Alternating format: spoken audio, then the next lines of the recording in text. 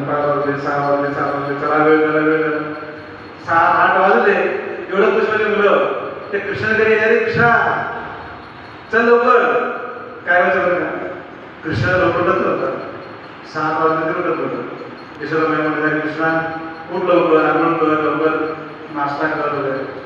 तो उठा इकडून उठा इकडे असं होतं असं होतं. आई म्हणे बघ कृष्णा बलरामजी उठते म्हणे, आवडलं बरं का, आणि ते आता निघाले काय नाही म्हणून.